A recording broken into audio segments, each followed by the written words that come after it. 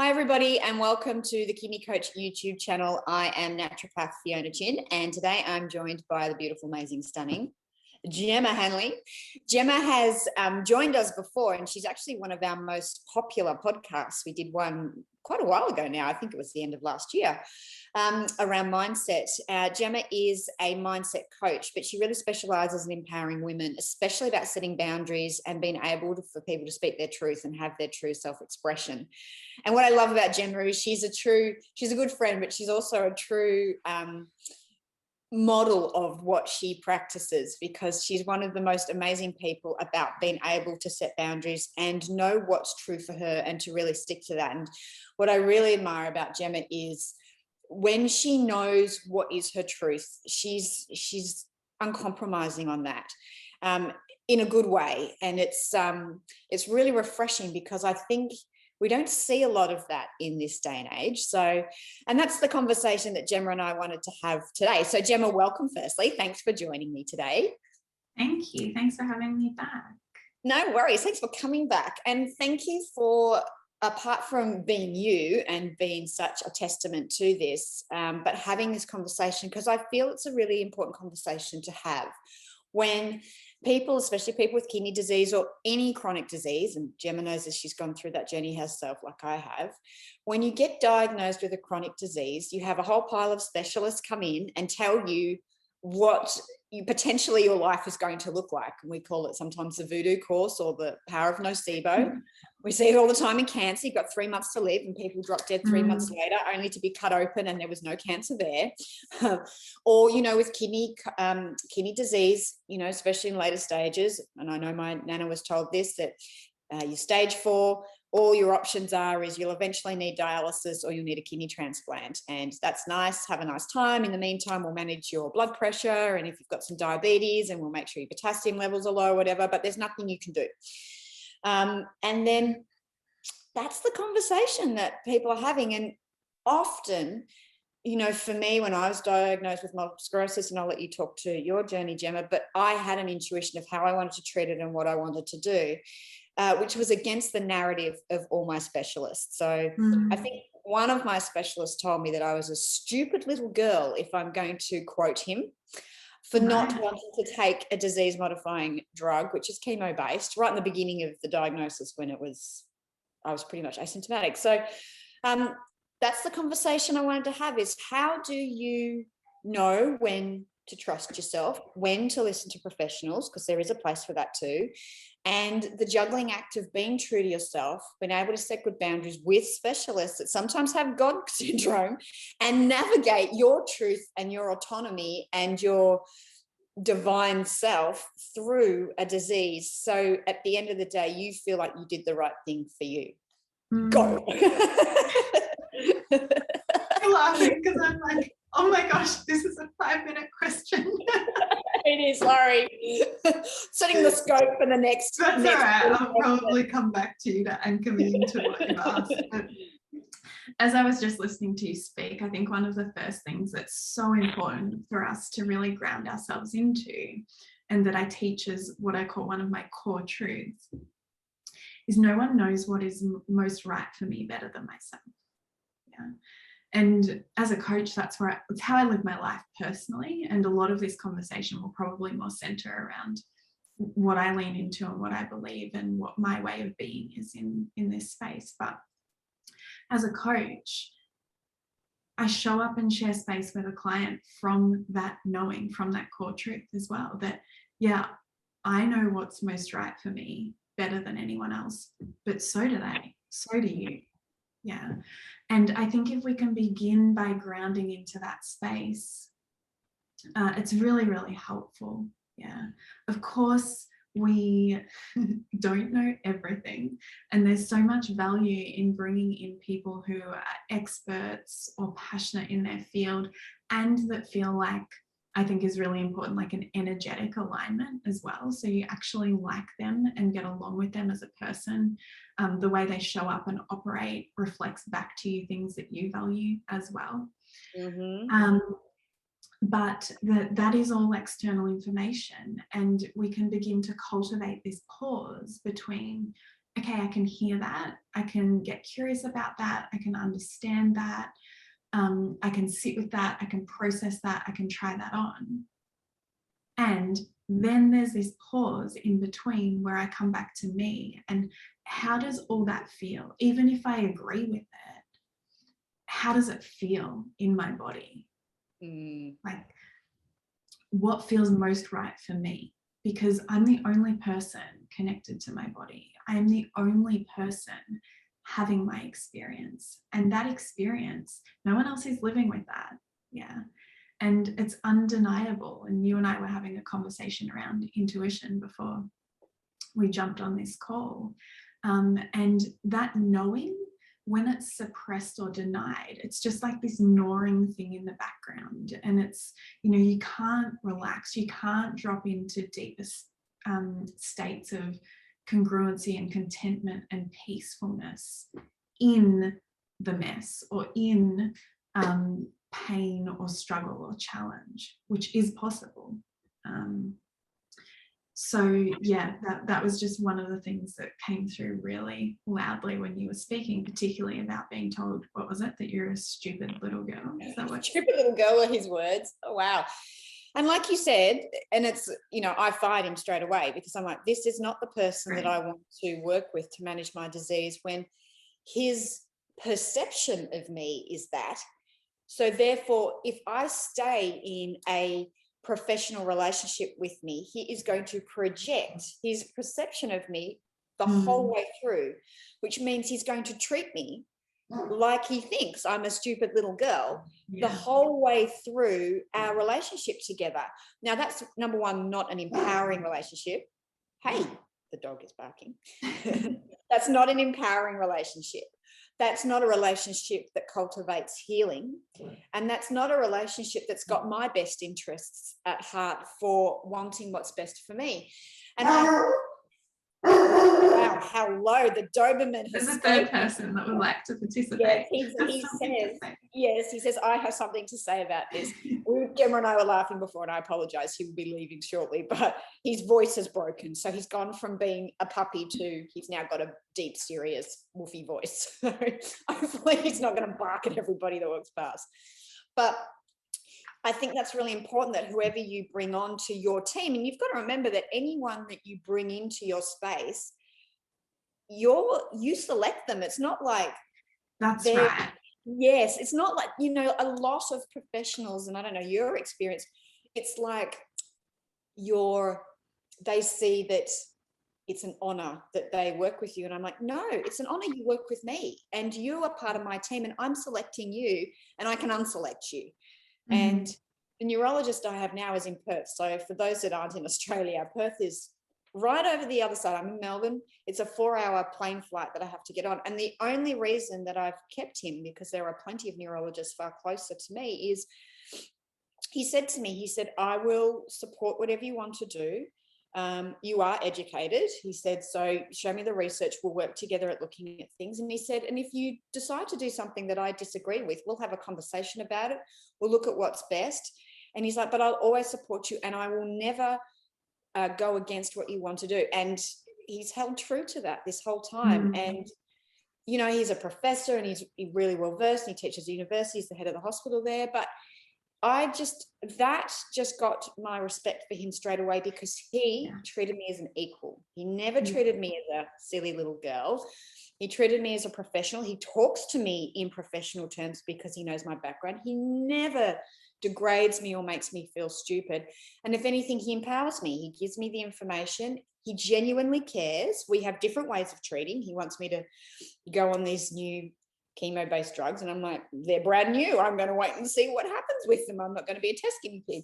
But he's like, he's okay with that, and we have a conversation about the pros and cons of doing things as equals and professionals, and he gives me his advice, and then I decide what to do with it. And I feel like that's so important, and I feel like people forget they have the power to do that.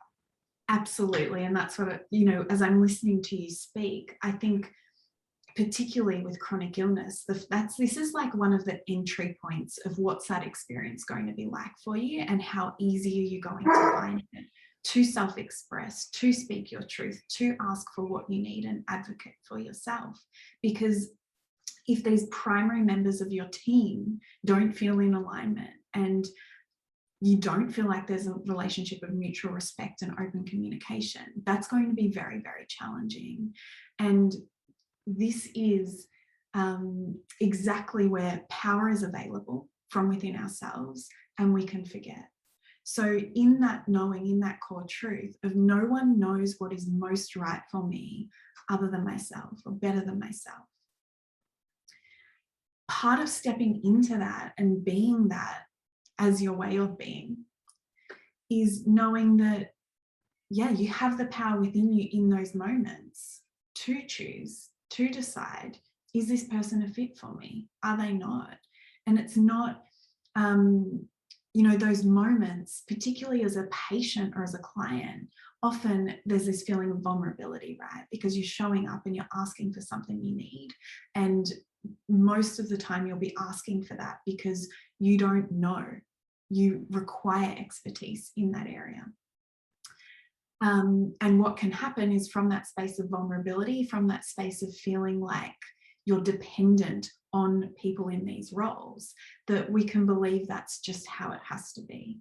And we can believe and take that as an experience that's happening to us rather than for us, which I think is the classic Robbins, life is happening for us, not to us. So in those moments, and when you were speaking then about that experience you had, how beautifully clearly he articulated to you that he's not for you. Yeah, there was no if, buts, or maybes about it. And then so if you're someone who knows and believes and operates from that space of, I know and I can trust myself and I'm entitled to ask for and create what I need and want, then it's not, can you believe this was said to me? Can you believe this is what I have to deal with? It's, what do I want to do with this? How can I back myself in creating this team that I want? Yeah, I think that's such a good point, because I think most people forget that small point, that you choose your team and that you don't have to stick with people if they're not a congruent fit. And I want to go back to something, there's a couple of things that you said that I want to circle back to and get some tips, because one was in the previous conversation, you said grounding into the space of what is true for you.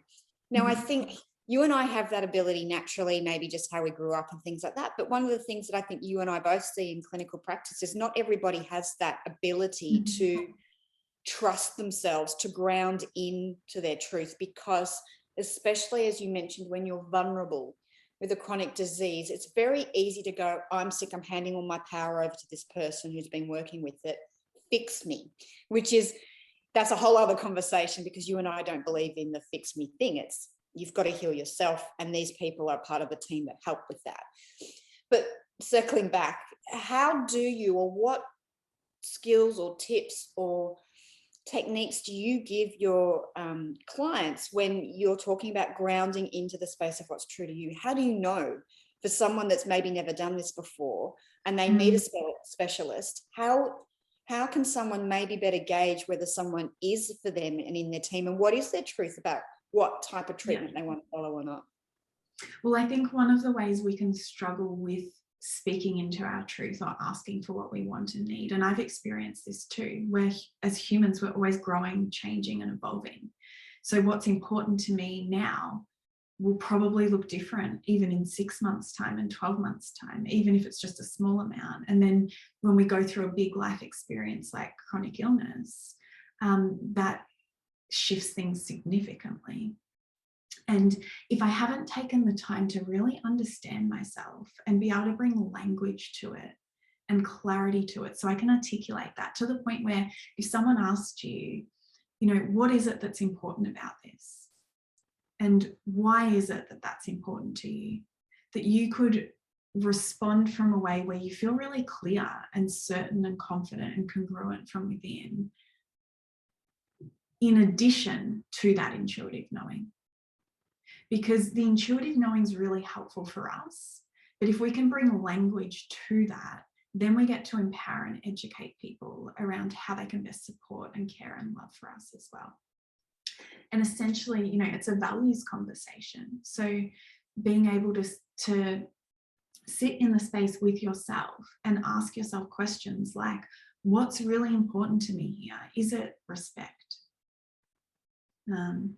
Is it kindness? Is it freedom? Is it contribution? Is it a holistic approach? And that's probably not a practice, particularly if it hasn't done before, that you can sit down and just have immediate clarity to. Like, we'll have stages probably. So, and I love journaling for this. So looking for the language that resonates and writing that down, and then you might put that up and have it visual and just allow yourself, not with like pressure or an end definitive deadline, but just to, like, again, feel back into your body. Is that the language that reflects what I'm feeling inside? And just refine that more and more, and then get clear on, and there'll be moments for sure where I'll be able to articulate, yeah, trust is really important to me here. And for a specific scenario, it might take me, you know, a day or two to be able to really get clear on what is the crux of why that is important to me in this scenario. And it's easy to be impatient with ourselves and frustrated, or to just tell the story like, well, I don't know, or like, this is too hard. But these are the foundations, you know, both of what we're talking about. So the team that you have around you, and knowing what is important to you, why it's important to you, and how that links to your feeling in your body or your intuitive knowing. It's very, very hard, and I would suggest almost impossible, to speak your truth, to self-express, to ask for what you need, to set and honor boundaries in relationships if these foundational things are not there for you. Yeah, I agree with that. And it's, you know, chronic illness is often an opportunity to find out those things, isn't it? And it's often what you see is someone's diagnosed with a chronic illness and then they're navigating all of this in one big go, and it can be overwhelming. And I think that's one of the reasons people sometimes feel like it's just easier to hand their power over and say, you fix me. But I do believe, and Greg and I think spoke about this in a previous podcast, is the beauty of a chronic disease is it does allow you to step back into what you're talking about and reclaim. It's an authenticity to yourself that you're talking about. And if you can get in that flow, and we'll dig a little deeper about tools and tips to do that, when you're talking, then it's a very different dynamic you have with your specialist, because suddenly you are in charge of your healing journey and you are dictating how it's going to go for you. And then you slot them into, well, I do need to maybe have some dialysis, so I've got my dialysis person for that. But I know I'm doing my diet this way, and so I'm going to let go of my renal dietitian because I disagree with what they're saying.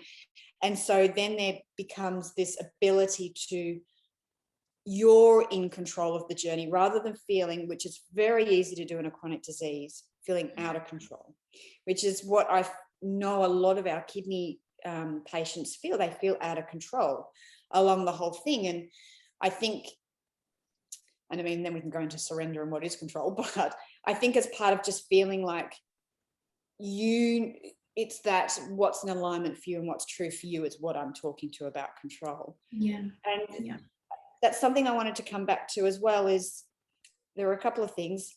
When we're sick, it's really easy to feel disempowered because that's part of being sick, right? You know, for me, I can't walk or run the way that I want to, and that's disempowering, especially being someone who is so athletic. And so it's really easy then to make a story about being disempowered or not being in power, and then how that could potentially play into how you play your life out, meaning I'll just give my power away to everybody. So can you talk a little bit to, because I know this may have been something that you experienced with your journey, is when you are unwell, and you're tired and you maybe can't even get out of bed, and with kidney disease, it's the fatigue and, you know, the brain fog. How do you, while navigating those things, still stay in your power and not forget that the journey's still about you, not about everybody else? How do you help? What would you say to people navigating that portion of it? Yeah, I think a great question that I would often ponder when I was in that space too was like, well, what can I compromise on? So then it just kind of flips it on its head and almost gives a little bit of freedom around not needing to have all the answers. So you don't need to know what you do want it to look like or what is important to you as such.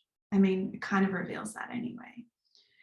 But typically from that space of feeling disempowered, there might be emotions of frustration, anger, resentment, and underneath that, probably a lot of sadness and grief.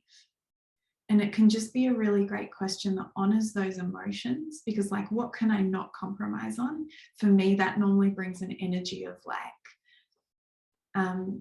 not those emotions as such, but they can be present, but there's like a real strength to that. Like, this is how it has to look. And I want to put some more explanation around that. When I say this is how it has to look, we're literally talking about things that can't be compromised on, or you would be absolutely obliterating the core of who you are as a person. So a lot of us will talk about things that can't be compromised on, but actually there is quite a bit of compromise or flexibility or adaptability around it. So it's getting really honest on like at a very base level. So it won't be a lot of things probably, but what is it that I know hand on heart I definitely stand for in this space for myself? And I just think, yeah, there's a lot more freedom. There's a lot less of a feeling of pressure around that to just create that starting foundation too. And it will also help you to understand, I just don't think anything is black and white. And it helps you to understand more of yourself around what you want as well. I think that's a great way to flip it on its head, because you're right. There are things I think people just know about themselves. So I know, for instance, for me, I have never done and have never wanted to do a disease modifying drug. And I can't even tell you why that's the case. Plenty of my patients are on them. It's never felt right for me. And I'm not against them. I have to be really clear about that. I'm not anti-disease modifying drugs. I never talk my patients out of going on and off them, because again, if I've got a patient who's really fearful about the disease and really wants to stomp it in its tracks, why would I deny that person their truth about that's what they believe is the right thing for them? And it's, and for potentially me, that will cause them more harm sitting in that fear. Yes, exactly. And I think for me, I'm like, it's never felt right to take one. But I will happily take corticosteroids if I ever feel like there's a flare-up coming. And that's, I'm okay to take those, even though sometimes they've got bigger side effects. But them I'm okay with. But an ongoing disease-modifying drug goes against my core, not against the core, but my core. And so I've never done it. And that's not to say that won't change. Like you said, you know, what's true for me now may not be true in 6 months. And I know why that's true for me. And that's one thing I've never gone against. And that's good, because for me, I go, even if I have deteriorated and things like that, but I know to the core of me that disease modifiers would never have changed any of that, because I know how true that is for me. And so I don't question that I've done the wrong thing ever. And I think that's what it comes down to, is you have to be so congruent in your decision. And I think the flipping it on its head of what you won't compromise on, and a couple of things, is that it's that going, even if the outcome isn't exactly how I want, I've been true to myself, and so that doesn't matter. And that's where I'm at with that. Like, I don't regret not having taken them, because I don't believe it would have changed the course. And I, you know, or maybe even if it did, it doesn't matter, because I would have been obliterating my core, and it's never worth doing that. No. or something else ever. And having that, and that's why having, I love when you say, in 6 months it might look different. With that freedom, it also means that you're not operating from that truth from a protective place of like, this is me and this is who I am and this is how it has to be. You've got this space then where you can like relax into it and like with gentleness, this is who I am. And if that shifts and changes, you haven't like attached yourself to it so strongly that it's become part of your identity and part of, and in communication that would look more like defensiveness or the need to prove or the need to be right. When we know it's our truth, we invite people and give people the opportunity to understand, but we don't need to convince them. And if there's that defensiveness or that protectiveness or need to be right, then it makes it very challenging if as you're going along, you're learning things, you're understanding yourself more. In addition to that, something else becomes important to you as well. It can feel like there's less freedom for you to be fluid in that and to just allow yourself to go there if it's become something that's really rigid instead. I think that's a really good point to talk to, especially what's happening in the world at the moment. Because that rigidity causes black and white, and it causes polarization, and it causes opposition, not just in our communities and with other people, but within ourselves. You're causing that divide externally, you're causing a divide internally. And so the fluidity of being able to go, this is who I am in this moment, but I'm a forever changing human being. And like you say, the self-righteousness, for me, it's not right now. That's definitely not to say it won't always be right. My neurologist and I continue to have the conversation, and maybe one day it'll be right. And I'll be like, okay, today feels like the right day to do it, but it's congruent and authentic within myself. And if that's the case, then I'll do it. And maybe it won't ever be either. Yeah, exactly. And I'm okay either way. Yeah. And you're right, there's that. And I do sometimes I'm seeing it more at the moment with patients around what's happening in the world at the moment, where there's a stance about not maybe wanting to take certain medicines and things like that. And that's okay, but it comes from a place of black and white thinking and divide. And rather than being what I feel is someone tuning into what's right for them, it's a stance. And I love this, one of the greatest definitions of selfishness. And I think maybe my neurologist said this, not taking the medication is selfish, expecting other people to look after you if you decline. And I'm like, the definition of selfishness is expecting someone else to believe what you do as the only truth and expecting them to behave the way that you want so you feel better. So for him to go, I'm being selfish, not taking it. Actually, he's been selfish in thinking that that's the only way, because it's not. And I stick to that, and it's how I work with my patients. If a patient's like, sometimes they're like, I don't want to change my diet. It doesn't happen often, but I'm like, okay, that's okay. And then I have the right then as a practitioner to go, well, I know that gluten, dairy, for instance, really impacts the way the kidneys function, or in MS patients, it may accelerate leaky gut, which then accelerates autoimmunity. And then I can say to them, I'm then not the practitioner for you. And that's because this is how, and my panegyrist, the neurologist, I said, he has the opportunity to say, well, I'm not the neurologist for you because I only believe in disease modifiers. And then I go, great, I can find someone else, rather than belittling and taking someone's power away. And with a patient, I do know in certain instances, sometimes I'll be like, that's fine, maybe we just need to take this out. And then other times, for me, my truth about that person is, I know that food is making them sick.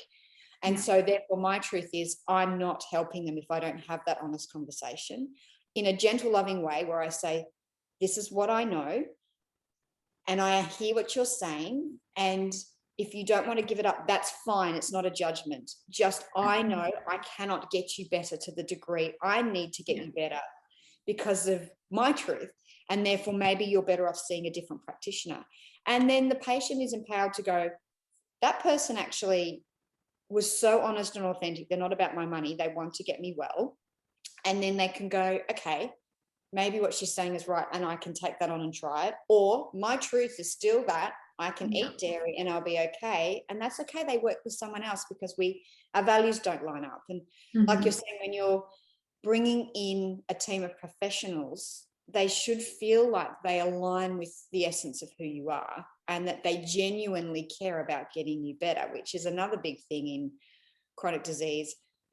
You don't often feel like, I'm lucky the team of people I work with around my health, I do genuinely feel that. But I don't know about you, but I get a lot of feedback from patients saying, I had one yesterday who we do voice recordings because he's got MS and can't use his hands. And so I send videos to him so he can listen.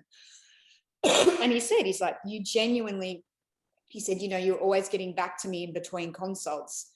And he's like, it feels like you genuinely want me to get better. And I'm like, well, that's because I do. I'm genuinely invested. I'm part of your team. But I don't know why that's missing in our profession so much these days. I think to live a life, and to circle back to part of what you were talking about, which was honest conversations, to live a life that is from your truth and where you allow your self-expression to lead you and to be part of the reality you're living. You're not keeping it inside and building resentment and feeling the pressure and that you're forced or have to or need to be a certain way and that there's no options for you.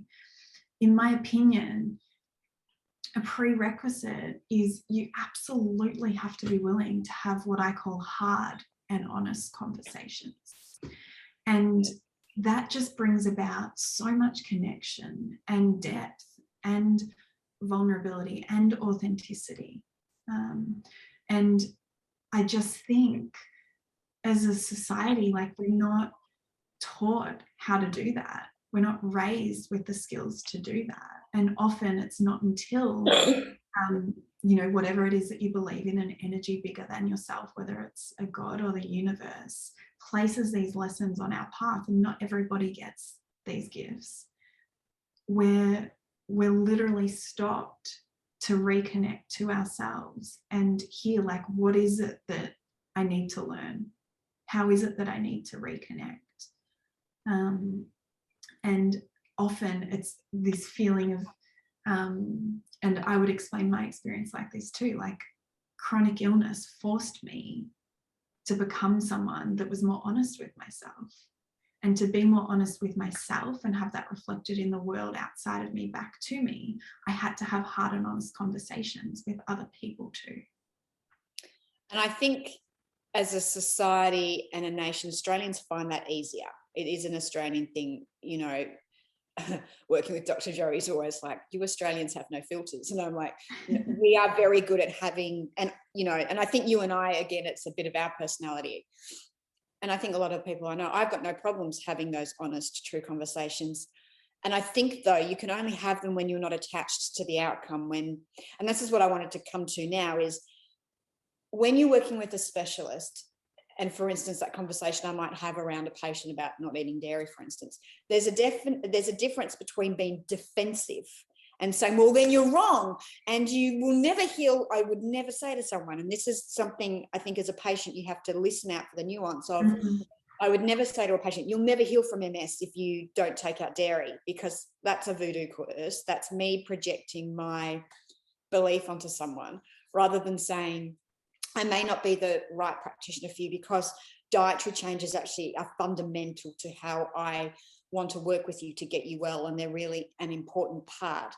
And I have patients slip up all the time. And I'm always like, it's okay, there's no judgment. But I'm like, this is what I know, I see it repetitively work. But then there's a difference to that black and white defensiveness of, say, a practitioner going, you're wrong, or not being able to have that honest conversation. I wanted you to speak to that, because I think as a patient going in to say, I'm going to have an honest conversation about what's going on for me, and then having a professional go, well, actually, this is what I know, this is what it looks like, I've had this, or, this is what works, you have to go on dialysis. That may look like an honest, real conversation, but it's coming from egoic defensiveness. And how would a patient, again, being in a chronic state of, a bit of brain fog and feeling overwhelmed, what clues or tips do you give people to be able to pick up the difference between someone that genuinely cares and they're trying to steer you in a journey of helping them, of being helped by what they know to be true versus dictatorship, self-righteousness and God complex. I think being asked questions is a really great sign that indicates, whether someone's interested in understanding you or hearing what you have to say.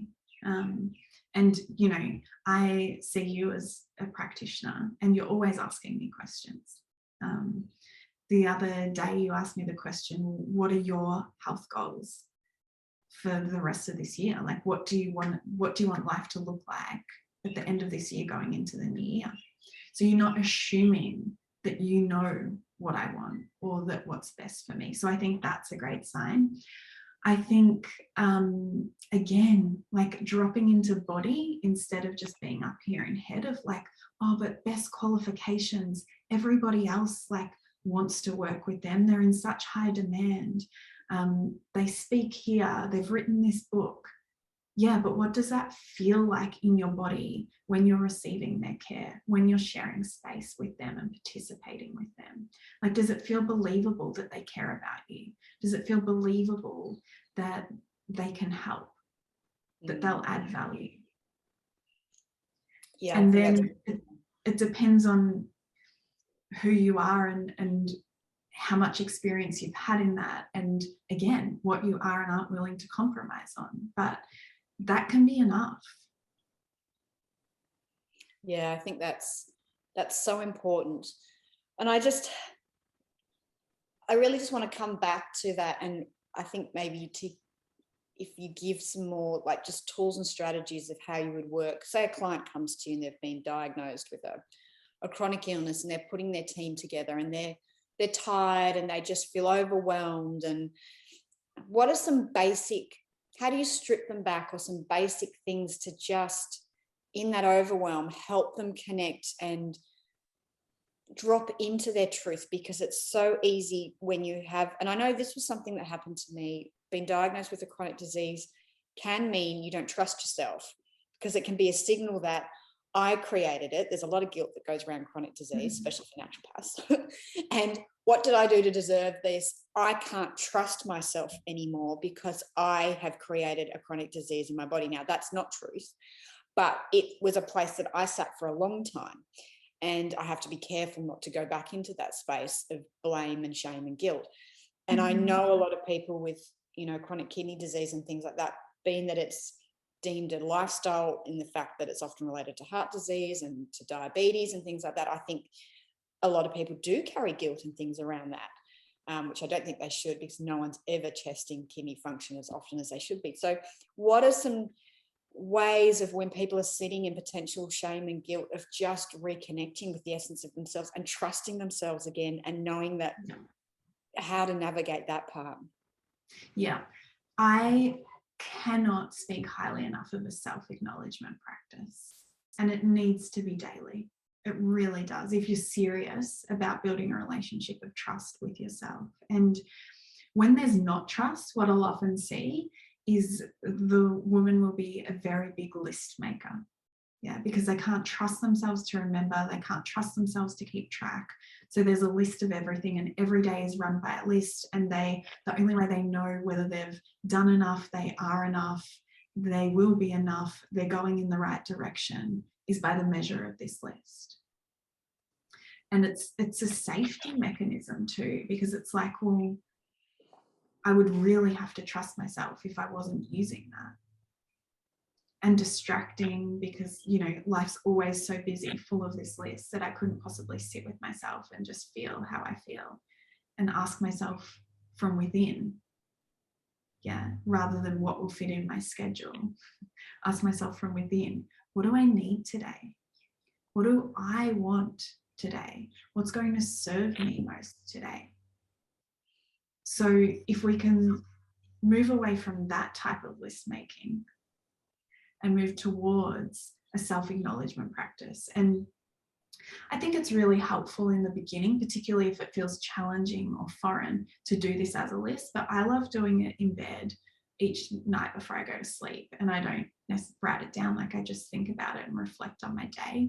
And I do it for the 24-hour period. And I heard this at a seminar once, a chiropractor, Dr. Brett Hill talked about it. And it was identifying 3 things that you're grateful for. And it's in the 24-hour time frame that I bring for it. 3 things that you want to acknowledge yourself for in the last 24 hours. And for the list maker, they're immediately going to go to tasks they've completed. Yeah. But self-acknowledgement could look like, I had a really hard and honest conversation today, and it felt like a dog's breakfast. It did not feel like it went well, but I still showed up, and I tried, and I moved in that direction. It could look like I sat with my emotions. Or it could be, I made the decision not to go ahead with this doctor or this practitioner because it didn't feel good in my body. And then the last one is 3 things that you love about yourself. And I say a minimum of one of those should be about your physical body.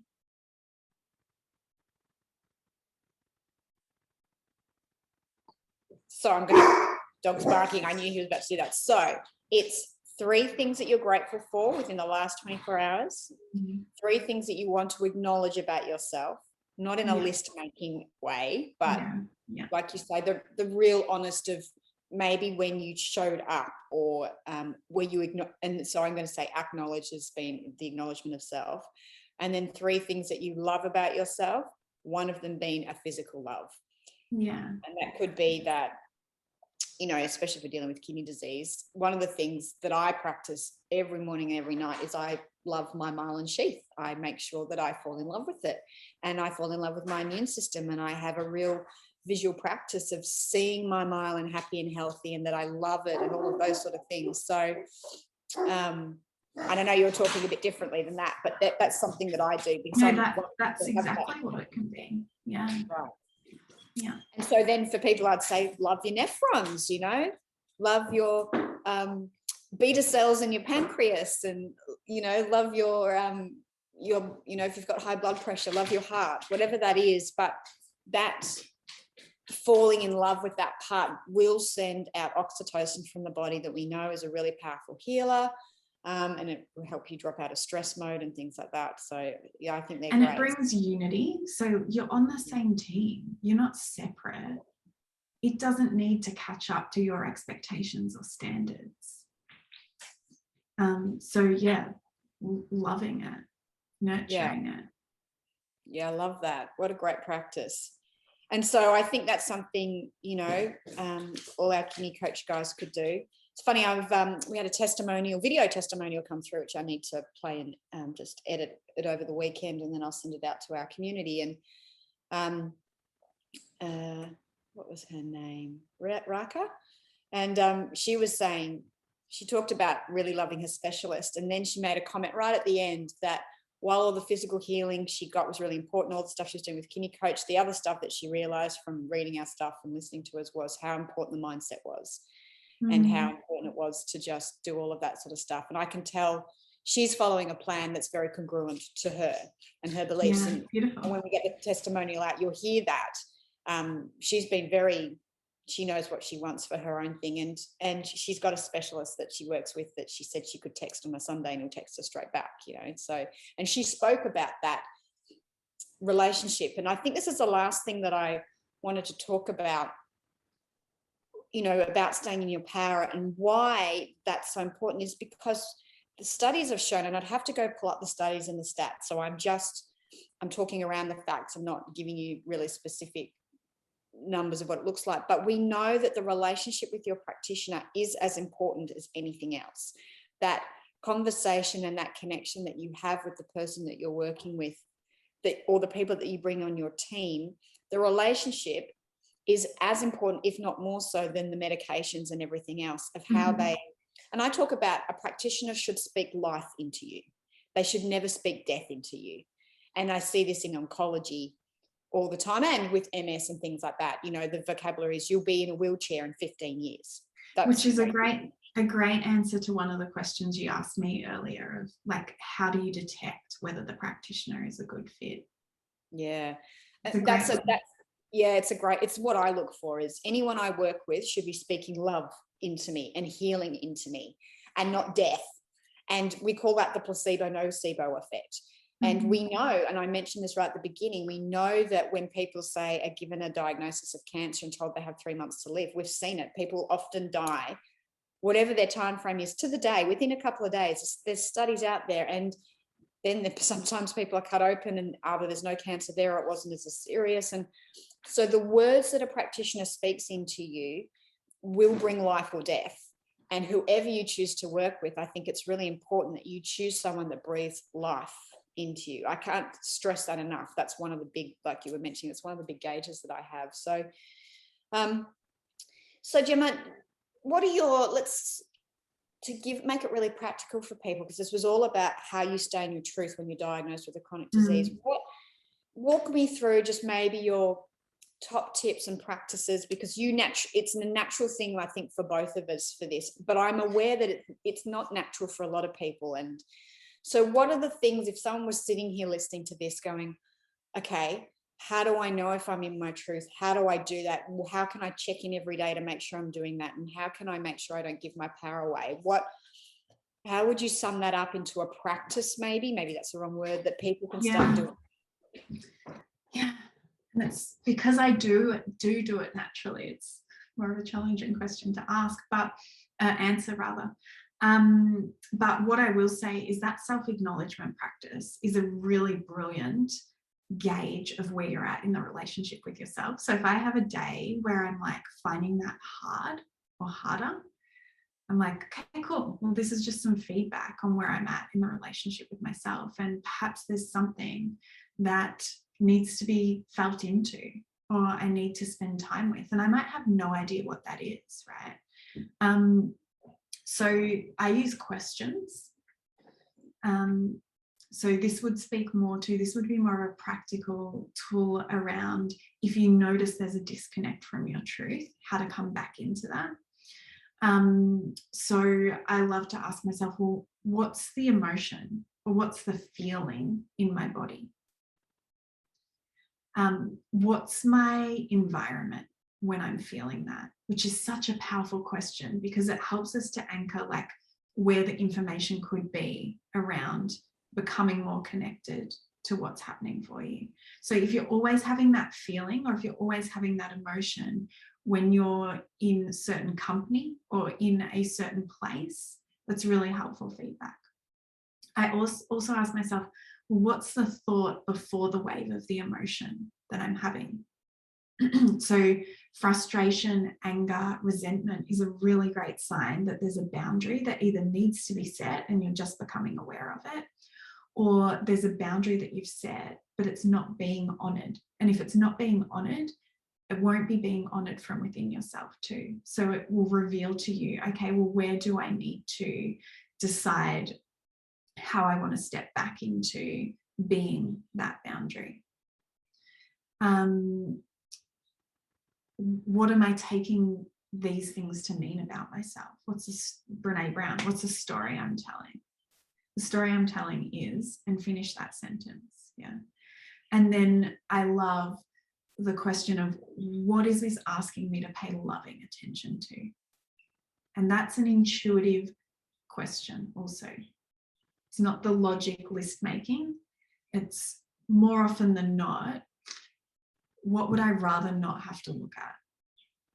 What would be easier to ignore, but it's going to be catastrophic if I actually do ignore that? Yeah. Where do I need to make some changes? And there's probably going to be pain in that.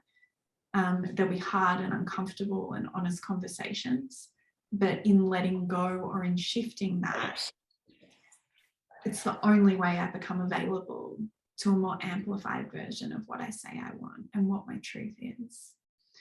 And checking, like, where is it that I am fearing my self-expression? And as a woman, this will often come up as like, oh, I'm too much, I'm too sensitive, I'm too inconvenient, I'm asking for too much. Can't less be okay with me? That dialogue is very revealing, that it's like we're playing around with and trying to change something within ourselves that just, it's our truth. It cannot be changed. And so some of the rituals that I have around that, particularly if I'm shifting something and I'm having an experience of the world outside of me desiring me to be a different way, or suggesting there's an alternative route that would be better for me. Yeah, they're believing they know what's right for me better than me, which they do. Being really mindful and intentional with the content that you're exposing yourself to. Now, content is the dialogue you're on the receiving end of, not just from practitioners, but other people around you. Like, what podcasts are you listening to? What's the social media content? What's the content that you're fueling your body with, nutritionally wise? Because all of that has the ability to be gently affirming and creating and building your truth and more confidence into that, or it will be slowly eroding it. And they're hard decisions to make. And that's why I said earlier on with values, it's looking at what's important to you, but what's happening around that as well. Because something that, if we only look at, okay, trust is important to me, or holistic health is important to me, but we don't realize there's some other things that play into the intensity of that importance, or they actually don't sit in the category of non-negotiables or what can't be compromised. Then it's not honest enough with yourself. You're not understanding yourself enough to feel clarity and feel empowered in being able to live that way. So thank you. Does that make sense? Yeah, it definitely does. And I think that's whether you've been diagnosed with a chronic disease or not, I think that just the whole piece is important for just living an authentic, true life, full stop. And you're right. I think, the opportunity that I want to speak to is this is an opportunity that dis-ease accelerates for people, because disease is an opportunity to put in better boundaries, to get clear on what your values are, and that's when Greg and I did a podcast about looking at disease as being a gift. This is part of that, is it's an opportunity to really tune into who you are and what is important to you, and then let the rest go, because life is short. And, we do spend a lot of time making room for things and compromising on things that don't bring life. And maybe that's how disease comes in the first place. I know for me, partly that's why I manifested disease. That was definitely true for me. Oh, there you go. Well, and I wonder, that is a question I think that I'd also like to add to what you just said, is where in my life, not only about practitioners and who I work with about speaking life into me, and like you said, all the media content and what you eat and all of those things, but where for myself am I doing things that is not speaking love and health into me, but speaking, death. And I know you are very good at this, and it's something that I'm better at, but like what I love and why I say Gemma's so good at it, like Gemma might get up, and do you mind me sharing that you had chronic fatigue? Is that? I think we talked about it on the last. I think that's the only too. reason I haven't talked about it on this one. Yeah, okay. So Gemma had severe, where we talk about, there's chronic fatigue and then there's chronic fatigue. Gemma was in a wheelchair, chronic fatigue, and couldn't get out of bed. And what I love about Gemma, just last week she was saying, I was processing stuff and I was tired, and so I allow myself to have a day off. Now I'm like, there's the practitioner in me that naturally will have a freak out about that and goes, I've got patients booked in all day. If I'm having an off day, I couldn't possibly do that. But then I would, lecture my patients about working through when they're fatigued and pushing their bodies and things like that. And I'm like, I have to practice what I preach. I've gotten better at that. But that's, Gemma's very good. And I think chronic fatigue, all my chronic fatigue patients, when they recover, they all come out like this. And I had one that I saw yesterday, and they're non-negotiable. Because they've had all their energy taken away, they cannot compromise on anything that doesn't breathe life. And it's a beautiful gift to come out of. And that's why Gemma is so good at this, and why if you want to work with someone as a mindset coach, she's so good, because she's lived her way through it and she now breathes life every day. And if she doesn't, she ends up fatigued again. She knows the consequence of not living that way. And so sitting down and doing, and this is going to sound like my list making part of me, but going down and maybe doing an inventory in your life of things that bring life and things that bring death, or take, maybe death's the wrong word, but I'm talking about things that take away life, and, you know, being ruthless, and, or things that you can maybe compromise on sometimes, but when you're feeling a bit more run down or tired, they have to go. Yeah. And getting really clear on that stuff. And like Gemma said, sticking it on the fridge, like having it in front of you, and then having an accountability partner or working with a mindset coach or someone that can help you track that. Because imagine if you lived your life and you just, especially when you're unwell, you just allowed things in your life that breathed in life. Imagine how that would accelerate your healing journey if that's how you lived. And so many of us don't give ourselves permission to live like that. And I think it's really important that we do. Because life's short. Absolutely. And then from that, it becomes your natural way of being in moments. You're detecting, what's the energy like in my body right now when I'm participating with this person or in this space? And it's just a feedback mechanism. So yeah. And you have gotten really good at that. Yeah, I love it. Well, Gemma, thank you. As always, I appreciate your wisdom. And, you know, like I sort of just alluded to, because of what Gemma's gone through, she's sort of a living, breathing example of how she needs to live. She's so congruent. She's the most congruent person I know, and authentic, that she doesn't live in a way that she compromises herself. And it's such a rare quality that I see in people. And it's come from how she had to heal her body. And it's why, and I know it's why she stays well. You know, I know Gemma could eat crappy food and do stuff, but as long as she did that, she'd stay well. I know that. But I also know she never would, because she knows what breathes life. And sorry, and you were going to say can I just say to that, can I add to it? It's absolutely because I know the consequences, but it's also because this is how to live an amplified life. So there would be some middle space as well where, and like you said, sometimes I can compromise on things where that could maybe be more than sometimes.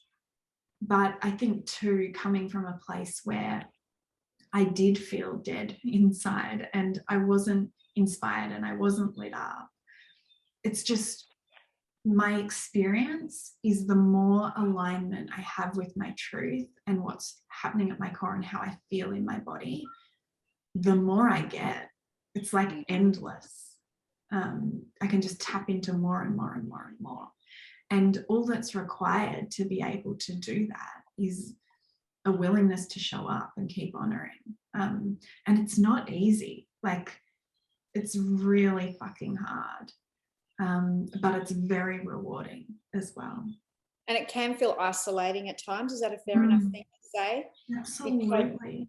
Yeah, I know for me that can be the thing, because you know, the compromising often means you don't go out. Like for me, I won't compromise myself by going to a big shopping centre and think that's not life-giving to me. And so, yeah, you know, so it can be a bit like that. But the offset is, like you say, it's so empowering and so life-giving. And at the end of the day, when you're on your deathbed, you know, they've done these studies. You don't want to be like, oh, I wish I worked more. I wish I'd stayed at work those longer hours. I wish I'd gone to my brother-in-law's family, which they judged me and they were mean to me every time. And, you know, I wish I'd done. You're not going to wish any of those things. Most people wish they'd traveled more, done more things that were authentic to themselves, and spent more time with the people they loved, you know, life-giving things. So, you know, and it's at the end of the day, the only person that can regulate that is you. And any practitioner, as part of being true and staying true to you, whatever you decide to do on this journey, whether it's working with kidney coach and taking our supplements, whether it's doing dialysis or whatever it is, for you, it has to feel like it's bringing you life and that it's congruent with you. And if you can do that, then you're doing the best that you can do. Whatever that looks like, then that's the best. And that's all that's all you can ask of yourself, I think. Yeah. Did you want to add anything else before we wrap up? The last thing I wanted to add was, when you're stepping into your truth and showing up to that in a big way, it's not going to feel certain. It's going to feel uncertain and scary. And on a call this morning, I was talking about how it's almost like it asks of you to jump off the cliff before the parachute's opened. And it takes that trusting that that's going to happen. And it does. But we can't simultaneously be in the same places. We can't be trying to coerce our truth to be something that it's not, or numb it, or deny or suppress it, and be in it at the same time. And we get to feel certain when we're doing these things. And there's a level of uncertainty for a period of time when we step into this space. So that's normal, and that's appropriate, and that's not a sign that you're heading in the wrong direction. Yeah, I think that's great. I know for me, I'm a reformed workaholic, and I know when I gave that up, I spent 2 years being uncomfortable, feeling like I wasn't contributing, and that I wasn't working 14-hour days. And it's because we get addicted to stress, we get addicted to feeling like we've been a martyr by overgiving energy and all of those sort of things. And so you're absolutely right that when you shift and move into the unknown, it is very uncomfortable, because you're setting up a whole new way of being, a whole new brain chemistry, you're laying down new neural pathways. It'll feel unfamiliar. And people often, it's on that journey of unfamiliarity that people turn back to the known, because that's what they're comfortable with. But you keep doing what you've always got, you'll keep getting what you've always keep doing what you've always done, you'll keep getting what you've always got. So yeah, that's a good point to make. Well, if you decide you do want to work with a mindset coach, you can contact Gemma at gemmahanley.com. I'll put her details in the show notes and description below. She's an amazing person to have on your side if you want some tools and tips to really just refine this process and to really get clear about what is your truth, and have those conversations with someone who will hold you accountable to it. She's not going to let you slip through she's not going to let you talk yourself out of stuff, which is brilliant. And remember to hit subscribe. That means you'll get a notification anytime we pop out new podcasts. If you have any comments or anything you want to share, please put it in the comment sections. I read those. And if there's any topics that you'd like us to talk about, if you'd like Gemma to come back and talk about something in specific that she spoke about here in more detail, just let us know and we'll make sure we organise that. If you want more information about Kidney Coach, head over to www.kidneycoach.com and you'll find all the information about the kidney disease solution there and all the products. So Gemma, thank you for joining us as always. I really, really appreciate you and your beautiful face and time and wisdom and everything that you've shared with everyone today. And I'm sure we'll have you back again soon. Thank you for having me, Fee. No worries. See you guys later. Thank you for being part of our community. Bye.